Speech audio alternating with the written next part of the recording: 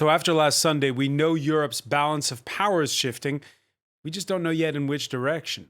Horse trading on the agenda as leaders of the bloc met this Tuesday for an informal summit in Brussels after EU elections that for the first time ever failed to give a single voting bloc an outright majority.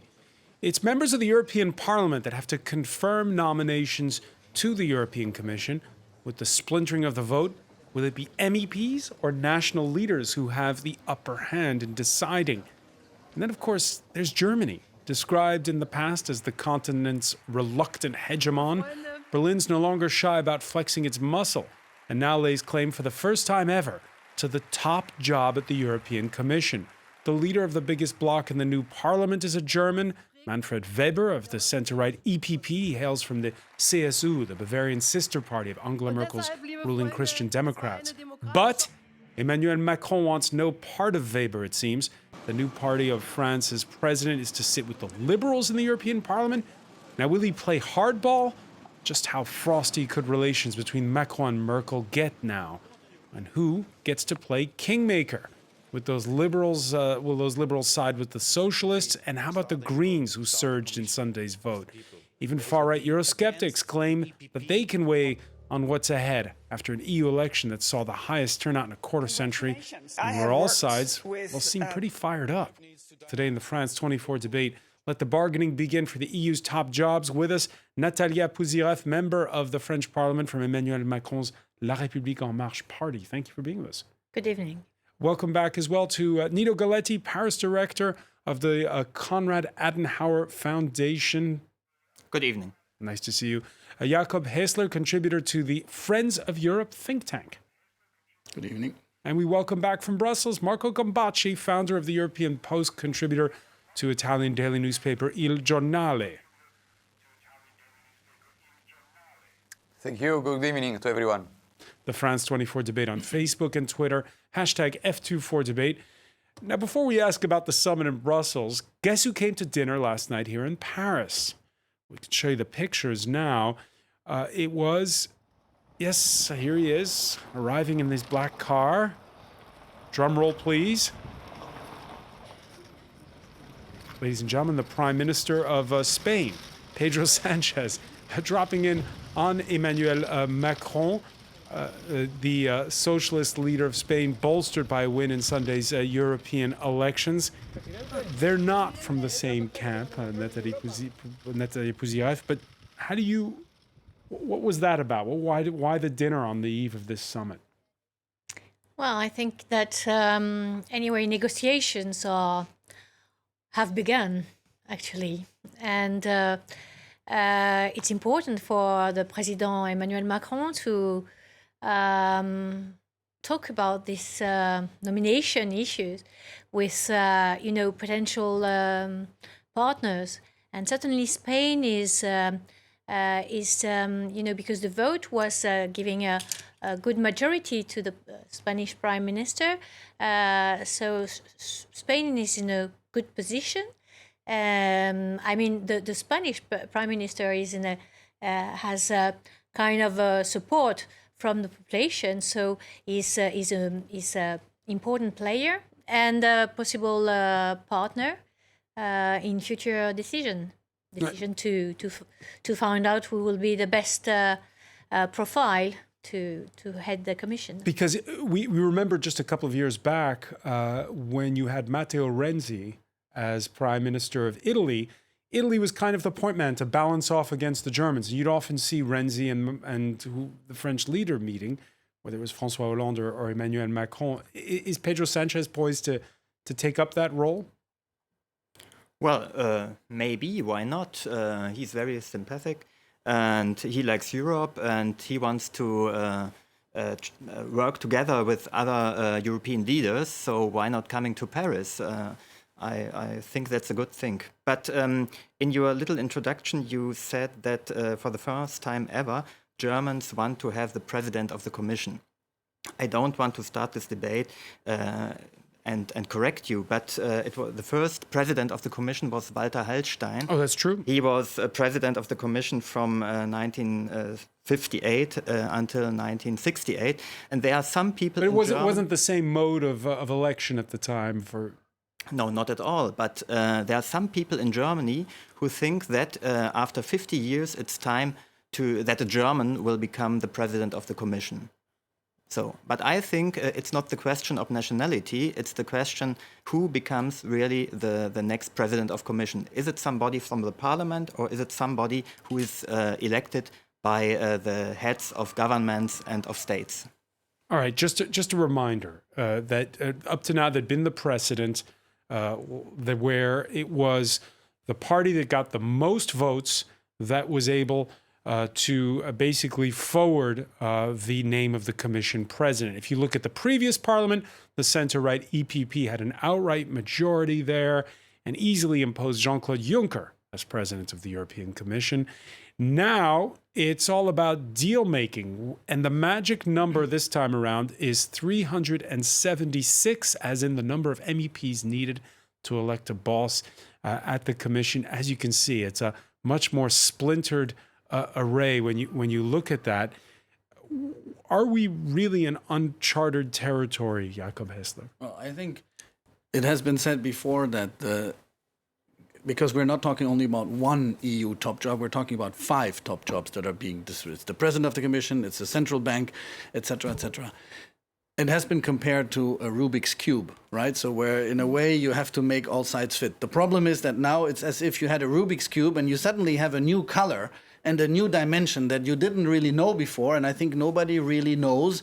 The mechanics are still the same. They know horse trading, barter, so of course everyone before the negotiation will erect these impenetrable castles only to horse trade something for the nomination of the second or the third or the fourth.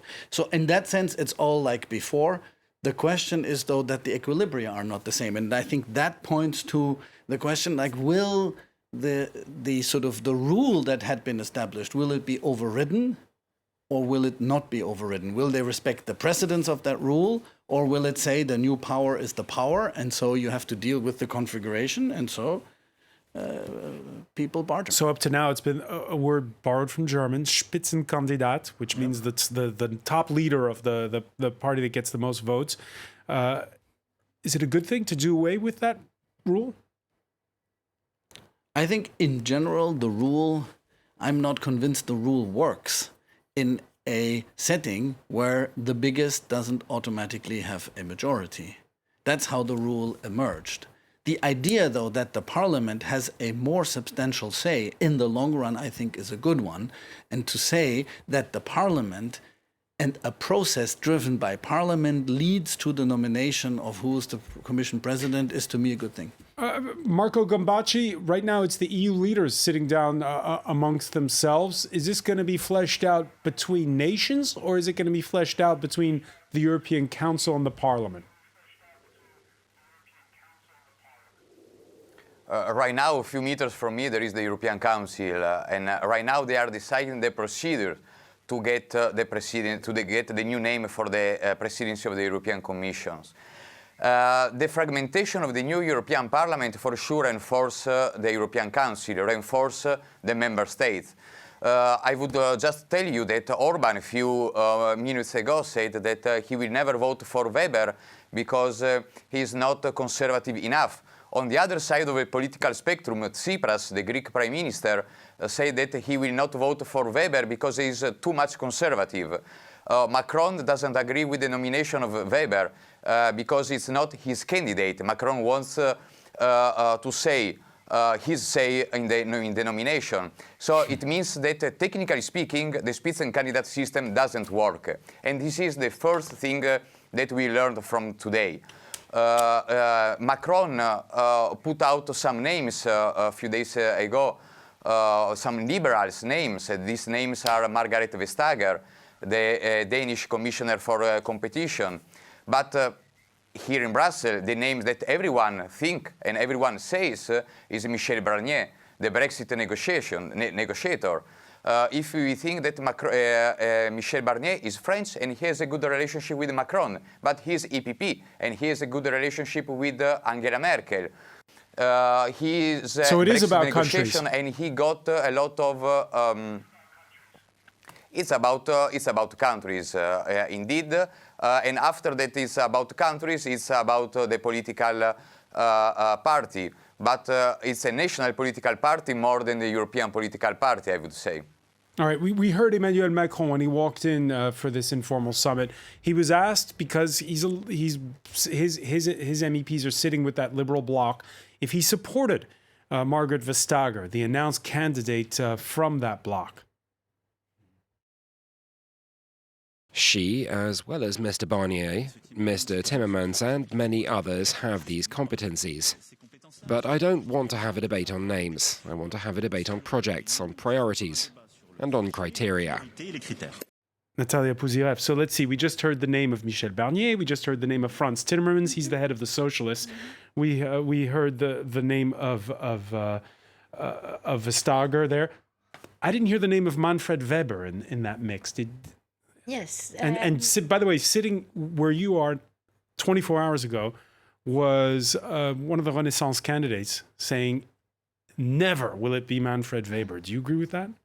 In fact, Emmanuel Macron and the government are not really in favor of the Spitzenkandidat principle, because it gives too much power to the majority party and the majority state. And especially since now we are not anymore in a duopoly between the EPP and the Social Democrats.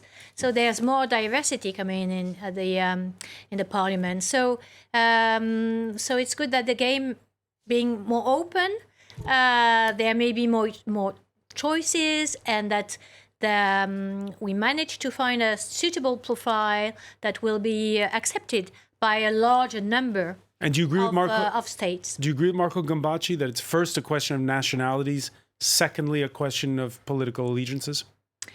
Or the reverse, but both counts can be political allegiance and nationality. Well, but the two factors certainly by the end of the day will count. And there's another factor. Don't forget that Manfred Weber has not experienced a position in the government, has not been chief of state, so this is another maybe criteria that has to be taken into account. Nino Galetti, do you agree with what No, not at all. I do not agree.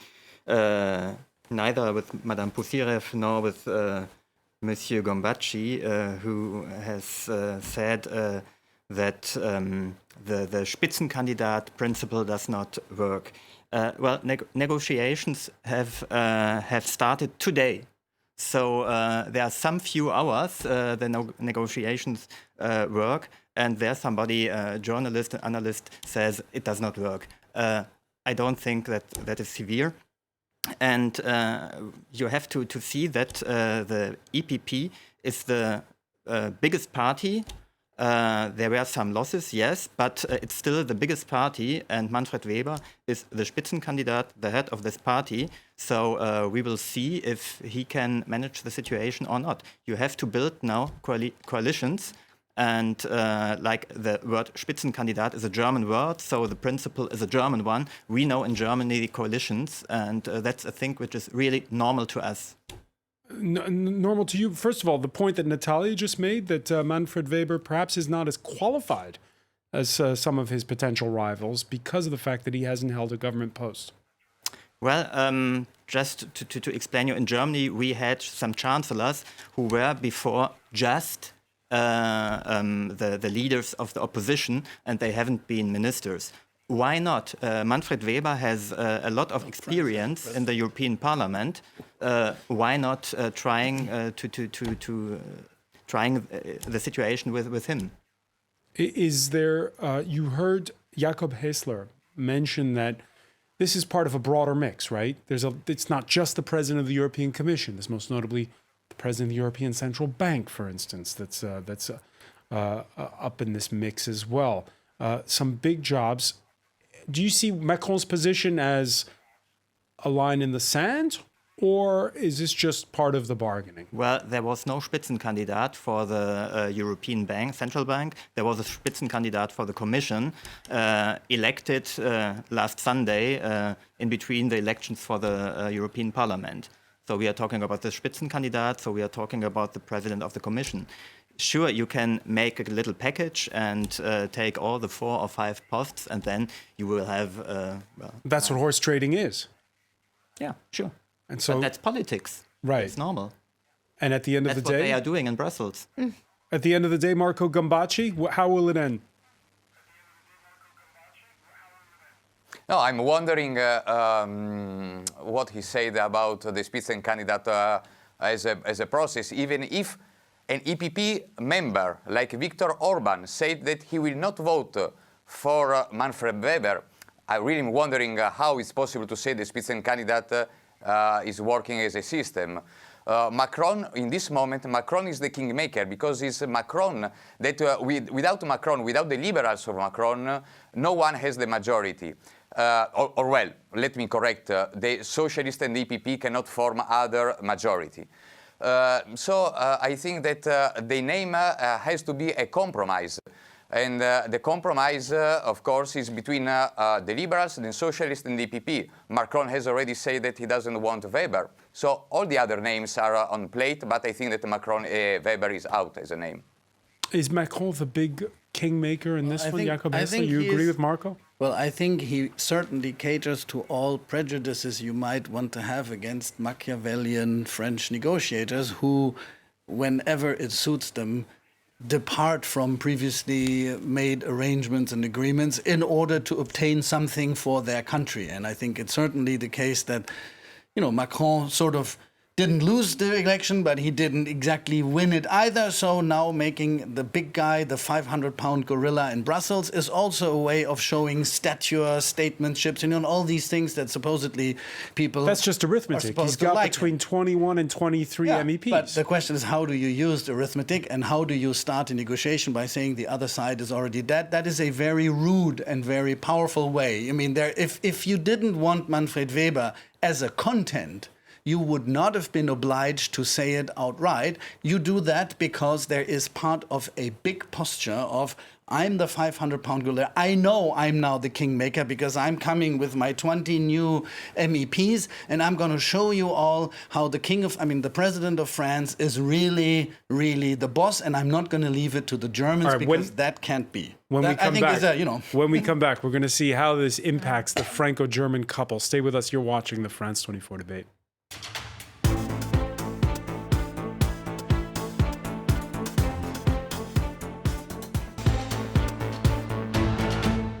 Welcome back, or welcome if you're just joining us. It's the France 24 debate, and we're looking at the hard bargaining that's begun after Sunday's European elections have changed the makeup of the European Parliament. With us to talk about it, a member of the French Parliament, Natalia Pouzyreff from Emmanuel Macron's La République En Marche party, Nino Galetti, Paris director for the Konrad Adenauer Foundation, Jakob Hessler, contributor to the Friends of Europe think tank, and from Brussels, Marco Gambacci, founder of the European Post, contributor to Italian daily newspaper Il Giornale. 2 weeks ago, the French president had to downplay in a press conference remarks by the usually circumspect German chancellor, Angela Merkel, confirming a cooling of relations with Macron, telling Munich-based newspaper Süddeutsche Zeitung there are differences of mentality and differences in the understanding of roles. What do you make of that cooling of relations, Nino Galetti? Well, the Chancellor is right. She described something which everybody knows who is working in the Franco-Allemand. French and Germans are different. And we have to work on this all day. And that's very normal. But you have to handle this. And the big difference, if you look in the history, is that today French people and German people, French politicians and German politicians want to work together. And sometimes you need really a little bit of force, a little bit of power to make things coming through. But it works. Because the broader public doesn't quite understand what's really going on behind the scenes. On the one hand, they see there have been these joint council of ministers. There are all these Franco-German initiatives, and at the same time, they're hearing remarks from both that it's not always rosy between us.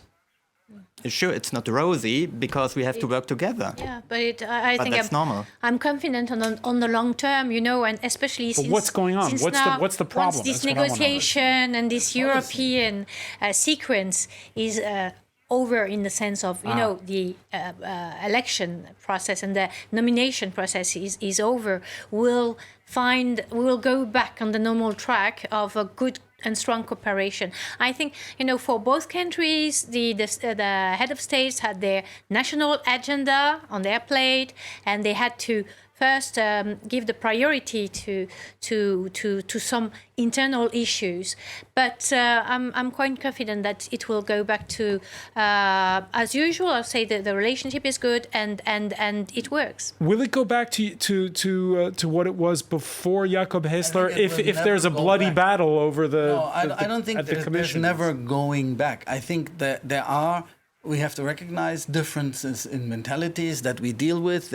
But there are also, and I think that's more important, there are also differences in political outview. And I think when President Macron was elected, he had a much more ambitious program for reforming the European Union. And one has to say that the Germans mostly are responsible for the fact that he really didn't get through with it. So there is, this as always, you can't just say there's one bad guy or one. It's a game of give and take. And I think in the negotiation about what is the ambition for the way Europe evolves, Germany has been putting the brakes on in terms of having a common budget, having a common financing mechanisms, all things which Macron, in a very pro-European integrationist perspective, has proposed.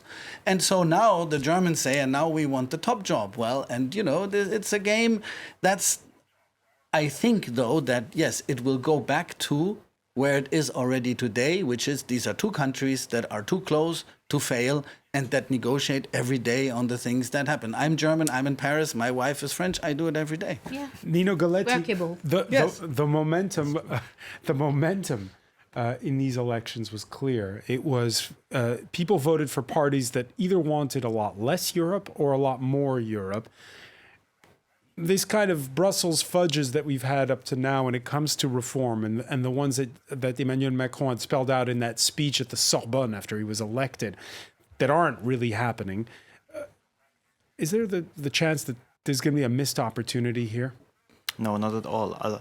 As you told us, some parties wanted less Europe, some parties wanted more Europe, but all wanted Europe. And I found it very interesting that even the populist parties talked and spoke about Europe. That was something new.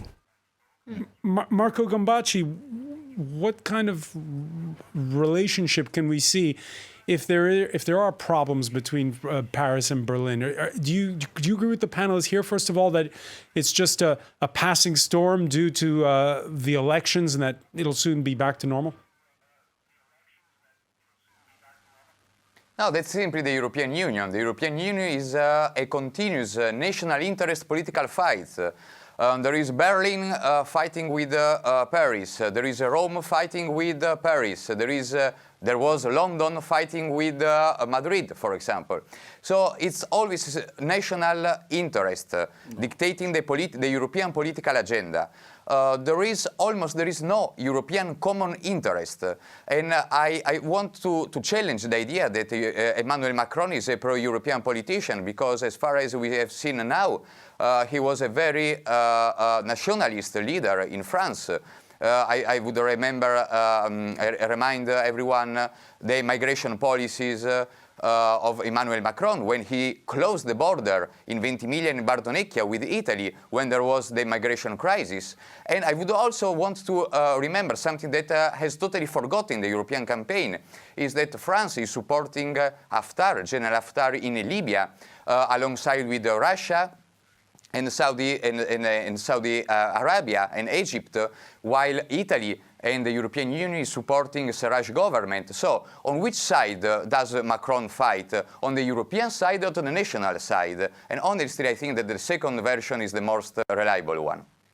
I don't agree with that because I think the President Macron really put the Europe interest as a priority in his when he was running for the presidential election. So it's certainly a conviction that we want more Europe and a better Europe. And this is where I think Angela Merkel is, even if it's not the same exact political, even if they don't share the same exact political views, they can join on the fact that Europe needs to be stronger. And so I don't agree with what was said previously, that we were only playing a national game. And really, it's not in the interest of Europe to play on such basis. We have to think ahead, think for the new generation. We have to think about the challenges that are ahead, like the climate change and security issues, migration issues, of course. But the rules have to be refunded, reviewed, and have to be made maybe clearer for all the member states to abide by those rules. All right. In part one of our discussion, Nino Galletti pointing out that there is a precedent. And why Macron doesn't support Sarraj but support Haftar?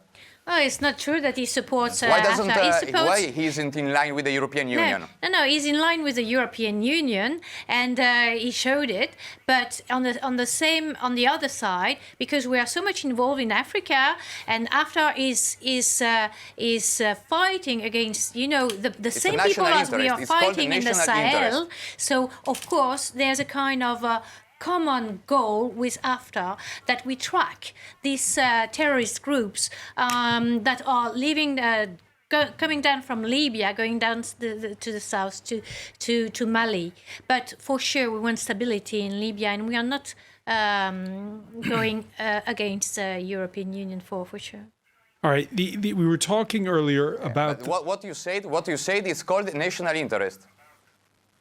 No, French foreign policy outside of Europe pursues a very traditional national interest policy. And in that sense, the foreign policy of the European Union, which is only in its infancy, actually, let's remember, Francesca Mogherini is also someone who has to be replaced. So who will be the foreign policy person for the European Union? That is a territory, I think, that we haven't even started to really align ourselves on between France and the rest of Europe. I think if we consider foreign policy towards other European member states, I'd already be happy if we get our arms around that. And I agree afterwards, it's deplorable that the European Union can't find and get its act together on Libya, and it's scandalous given how many people die there every day. But that I'm enough of a realist, I think, when it comes to these types of policy questions. Yes, many countries are still in a very, very national interest basic. But this is where we need a stronger Europe to speak of one voice, about this foreign policy and this potential crisis raising in or already existing. All right, and the most important of those jobs, again, as we mentioned in part one, and Nino Galletti was talking about it, is the top job, that of the president of the European Commission.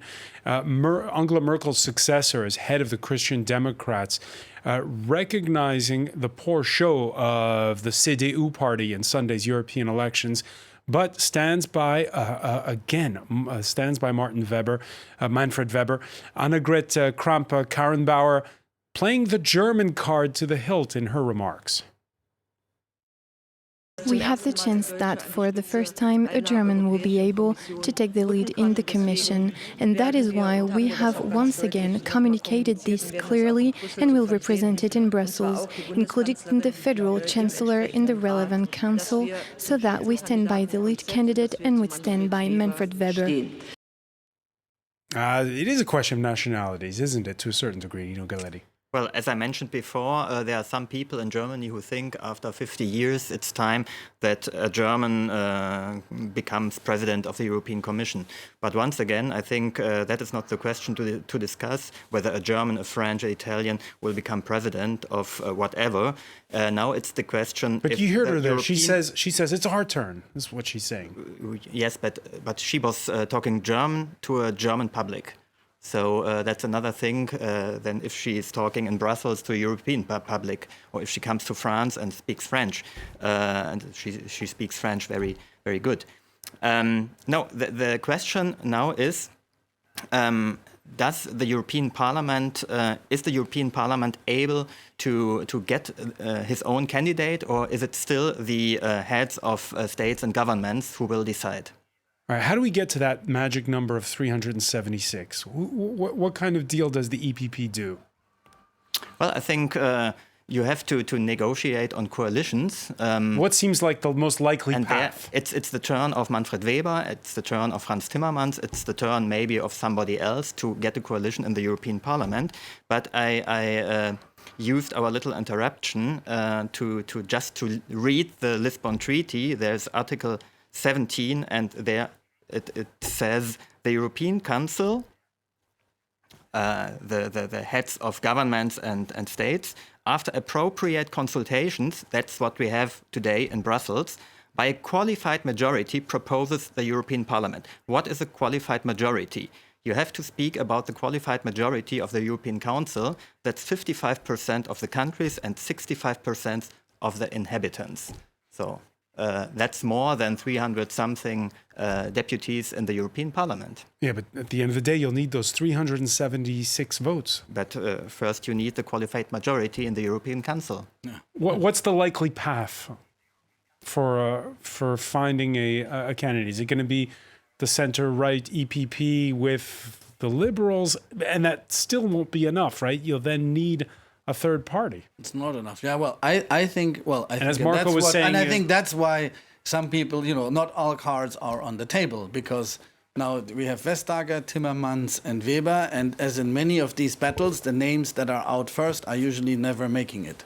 So, because they will be killing each other off, and then you'll have a joker who has a completely orthogonal profile, and that's where Michel Barnier comes in. Because he is on the one hand on the right political constellation, but he's French, he has the executive experience, and yet it would be very hard to accept him given the fact that it would be diametrically opposed to the German candidate that in the minds of the people they feel they are entitled to. Yet, and if then that gives too much of a conflict, then it might even be someone completely out, like in the way Theresa May became prime minister in the UK, right? Maybe we can call up again the pie chart which shows the members of the makeup of the new parliament. Natalia Puziev, how do you get to 376? So first, I would like to answer that we don't know what the cards are. All the cards. I don't know, you don't know, we don't know, and probably negotiations will be going on tonight. And some people have many cards in their sleeves. So it's difficult to know exactly who will be the favorite candidate. But look at this chart Okay. again. And there's another How do you card get- I how do wanted you to get- mention. Just how do you get there? One second. Is that it could be that we have female candidates as well. Well, that would be Margaret Vestager then, So perhaps. that's all. There's others as well. Who destroyed Siemens? How do you get to it though? When you look at Yes, I think there's all the head of state will have to lobby to try to convince their partners from other groups, to find a possible majority. Because if we go on with the principle of Spitzenkandidat, there will be a blockage. So I think they are not going to go to this path. They will avoid a blockage. I don't know who it will be. Who will be the candidate for sure, but avoiding a blockage is important. All right. Earlier, Marco Gambacci mentioning that even though he's a member of the EPP, of Hungary's Viktor Orban is perhaps looking elsewhere. Matteo Salvini still hopes to poach him, his Fidesz party, from the EPP, and Monday made overtures to the entire voting bloc. As far as balances in the European Parliament are concerned, we will see if the People's Party is stubbornly continuing to turn to the left, or rather if within the family of this party and the Conservatives there will be an attempt to change the political orientation. So you had in the past, right, Marco Gambacci, Salvini in a coalition with Silvio Berlusconi, who's a member now as an elected, he's going to the European Parliament as a member of the EPP. Do you really think it's possible that there could be a nationalist EPP alliance in the future? Maybe in the future, but not nowadays, not in this legislature. Before the elections, Berlusconi himself proposed an EPP populist alliance to get a new Europe for this legislation. But actually, reading the number, this is not possible. So this legislation, no. But as you mentioned before, in Italy, EPP, Forza Italia, has an historical alliance with Liga, that at the time was called the Liga North, and with the right-wing Alleanza Nazionale, then now Fratelli d'Italia. So I think that the EPP at one moment will have to decide what to do, if to look on the right side, continuing to stay with Orban and speaking with the conservative side, or moving towards the center and speaking more with Macron and continuing leading this European Union. But something has to be decided. Otherwise, it's difficult to maintain a good relationship with both sides. And what's the most likely path to picking a president of the European Parliament? Who's going to do an alliance with whom? I think that the only alliance possible is among EPP, the Liberals, and the Socialists. With this alliance, to elect the top job in Brussels, in the European Union, that also the European Parliament doesn't have to say anything on the ECB, but of course the head of states will decide this as well. And after, in the European Parliament, the majority can change according to the topic. I would remind also that the last European President, Antonio Tajani, was elected with a majority not between the EPP and the Socialists, but among EPP, the Conservative and the Liberal. So according to the topic, the majority can change in the European Parliament. So that's the way it's going to work, Jakob Hessler?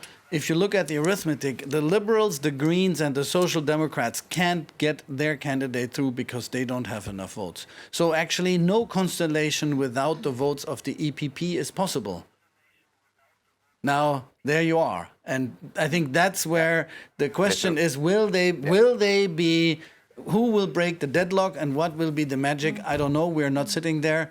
But usually these Europeans get creative after dessert, and then, they'll come up with something. But what will it do for the street credibility of the European Parliament if there's... Because Germany, I know, has a GroKo, a grand coalition right now. Yes. But is that going to sit with voters from across the continent? Again, when they've just voted for entrenched positions, to have this grand compromise?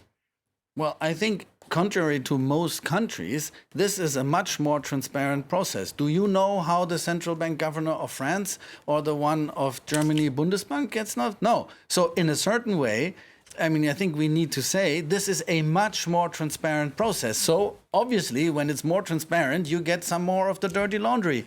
But I think I agree with our Italian colleague, getting them elected doesn't mean in the future they will have to vote alongside these blocs. I think to the contrary, this new European Parliament will be more political than ever. And even on the populist right, the people don't agree. You cannot compare the Latvian and Swedish extreme right, who hate Russia, with the Salvini and Orban ones, or even French Marine Le Pen, who are in bed with Putin. So on certain topics, they also won't vote together. On migration, Salvini wants the quotas to be distributed. You say this to Herr Orban, and he says, oh no, over my dead body. So I think we will see much more issue-related alliances in the European Parliament going forward. We just need to now break the deadlock and get these people on there. And will it be a more powerful European Parliament? If they get their 376 votes, that would be a strong signal, and that if they get voted, their candidate for the presidency of the Commission, yes. And how so? Because again, if it's splintered in the way that Jakob has described, why will it be more powerful? It would be more powerful because a majority of the European Parliament has shown that they are capable to get the president of the Commission elected. And it should be, because it's more open, it should be a more democratic parliament as well. And with other groups, the smaller groups, not as marginalized as they were. So this, in a way, can reinforce the parliament. And then I think there are some issues where there will be more initiative coming from the parliament. At least this is something that we have proposed, that on some topics the parliament can pass some bill or have issue some bills to be passed. So no, I think it should be a stronger parliament. So let me ask you, as the French woman here in the room here, this idea of ad hoc coalitions, of doing deals across party lines, it's not really the French way, is it? France, you first pick the leader and then you agree on what the program is.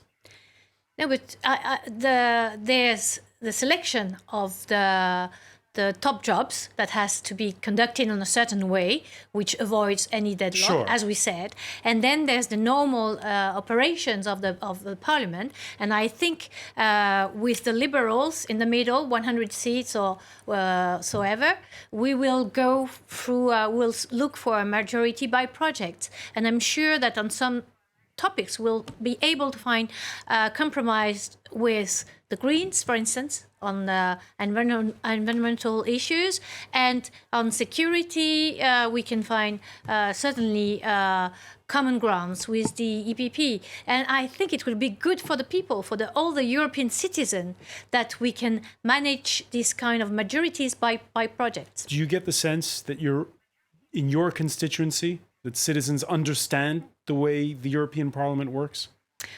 Well, the whole institution are a bit not easy to understand for the citizens. Some, of course, do, but I think we need to make sure that in our schools, everywhere across Europe, our children will get more information about how Europe does operate. For the time being, I'm not sure they know about it, but I think it works on the European Parliament works on a compromise basis, all the institution, and the biggest difficulty the French citizens perceive is that it's difficult to find an agreement, to make a decision, because it's based on a compromise.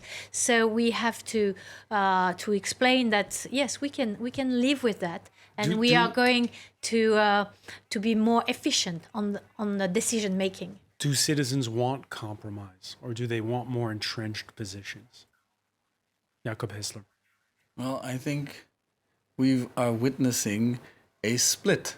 And in that sense, President Macron, Marine Le Pen, you look to the UK, the population is split. There's about 25 in the UK case, 35% of the population. They can only be contented with the clear cut, even if it's, as some have said, even if it's economically not beneficial, at least it's clear and clean. And then there are these others who are more realistic. And they are more of the silent, for now, majority. And what this election has shown, though, is that when they feel that their interests are at stake, they go out and vote, which is what we have seen, the surge in voting.